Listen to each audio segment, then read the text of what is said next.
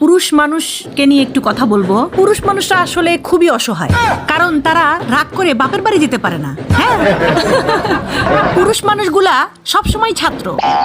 মা মনে করে বউ শিখাই দিছে, বউ মনে করে মা শিখাই দিছে। ছোটবেলায় মা বলে বাবু তুমি কিচ্ছু বোঝো না, বড় হওয়ার পর বউ বলে তুমি কিচ্ছু বোঝো না, এখন বাচ্চা কাচ্চারা বলে বাবা তুমি কিচ্ছু বোঝো না। পুরুষ মানুষ তো এটাও বোঝে না যে তার বোঝার ঠিক বয়সটা কখন। কালকে আমি বইয়ের জ্বালায় শাশুড়ির কাছে একটা মেসেজ দিছি, বুঝছো?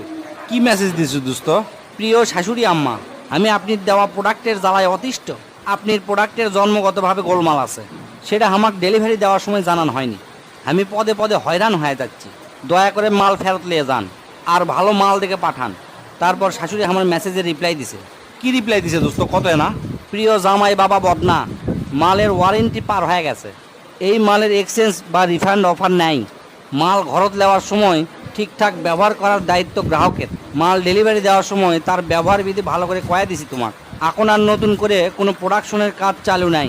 পুরাতন মেশিন সব অচল হয়ে গেছে, তাই প্রোডাক্টটা সাবধানের সাথে ব্যবহার করো। সহ্য করতে করতে অভ্যাস হয়ে গেলে ঠিক হয়ে যাবে। Zile, zile, zile, zile,